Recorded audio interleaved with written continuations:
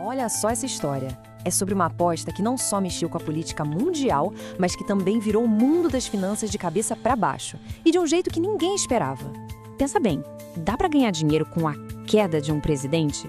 Parece uma pergunta meio maluca, né? Mas olha, ela é o ponto central de uma história bem real e, mais do que isso, de um mercado que hoje movimenta bilhões. É isso aí, mais de 1000%. Imagina só o retorno de um único investimento. Mais de 1000%. É um lucro assim absurdo que, claro, deixa um monte de perguntas no ar. E é aqui que a coisa fica séria. Alguém botou uma grana alta, tipo o equivalente a 172 mil reais, apostando que o governo do Nicolás Maduro lá na Venezuela ia cair. E o mais bizarro de tudo, o lucro milionário aconteceu poucas horas, gente, poucas horas antes de virar público o anúncio de uma ação militar contra o regime. Uma ação que foi ordenada na época pelo presidente americano Donald Trump. Só que essa história do Maduro é só a pontinha do iceberg. Na verdade, ela abre uma janela para a gente ver uma tendência que está crescendo muito, uma tendência bilionária de um novo jeito de apostar online. E esquece esporte, viu? Aqui a gente está falando de transformar o futuro de países inteiros, de empresas e até de pessoas em ativos financeiros, como se fosse uma ação na bolsa.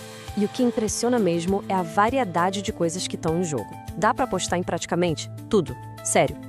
Desde o resultado de uma eleição, uma decisão do Banco Central, até, pasmem, a volta de Jesus Cristo. É isso mesmo. Milhões de reais foram parar nessa aposta aí. E quem apostou que ele não voltaria em 2025, acabou ganhando um dinheirinho. Beleza, mas quem são os donos desse parquinho todo? Basicamente, são duas empresas gigantes. A Polyarket, que foi onde rolou aquela aposta do Maduro, e a sua principal concorrente, a Cauchy. E a Cauchy, olha que interessante, foi cofundada por uma brasileira, a Luana Lopes Lara. A Forbes até colocou ela como a bilionária mais jovem do mundo que construiu a própria fortuna. O detalhe é que as duas empresas estão enroladas com a justiça. E o mais curioso? As duas têm o mesmo cara como conselheiro, o Donald Trump Jr. E aí a gente chega no X da questão, né? O que são essas plataformas, afinal? É tipo uma bolsa de valores? Um mercado financeiro sério? Ou é só uma casa de aposta com uma roupa nova? A verdade é que a lei não dá uma resposta clara. Claro que as empresas têm um nome mais chique para isso: mercado de previsões. A ideia, segundo elas, é que funciona mais ou menos como o mercado de futuros da bolsa, sabe? Onde investidores negociam o preço do café ou da soja lá na frente. Só que a diferença aqui é que, em vez de soja, o que se negocia é a probabilidade, o preço, digamos assim, de alguma coisa acontecer ou não. E essa é a grande sacada, a principal diferença. Pensa numa aposta de futebol. A aposta é sempre contra a casa, certo? Com as odds lá fixas.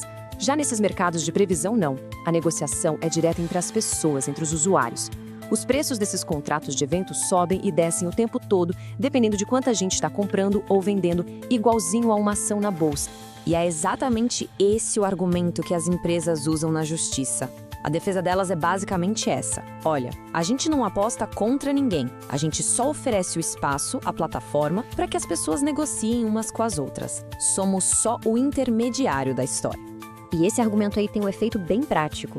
Lá nos Estados Unidos, a Cauchy, por exemplo, conseguiu ser fiscalizada pelo mesmo órgão que cuida do mercado de commodities, tipo, o órgão que regula o preço da soja, e não pelas comissões que cuidam de jogos de azar.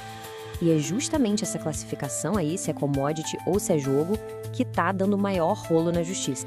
Mas vamos voltar lá pro começo, pro caso do Maduro, pra gente entender qual é o maior perigo no meio disso tudo. E cá entre nós, essa é a pergunta que vale milhões, literalmente, né? Será que quem ganhou essa bolada toda com Maduro tinha alguma informação que ninguém mais tinha? Sabe, no mercado de ações, usar informação secreta para ganhar dinheiro tem nome: é insider trading. E é crime sério. A ideia é manter um jogo justo para todo mundo. A grande dúvida é: essa regra vale para esse mercado também? Porque se a gente olhar a sequência, é tudo muito, no mínimo, suspeito. Primeiro, a aposta milionária é feita. Depois, a ordem militar secreta é dada lá nos bastidores.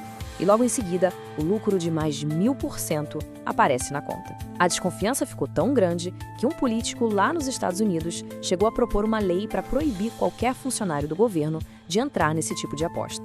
Ok, essa é a confusão lá fora. Mas e aqui no Brasil?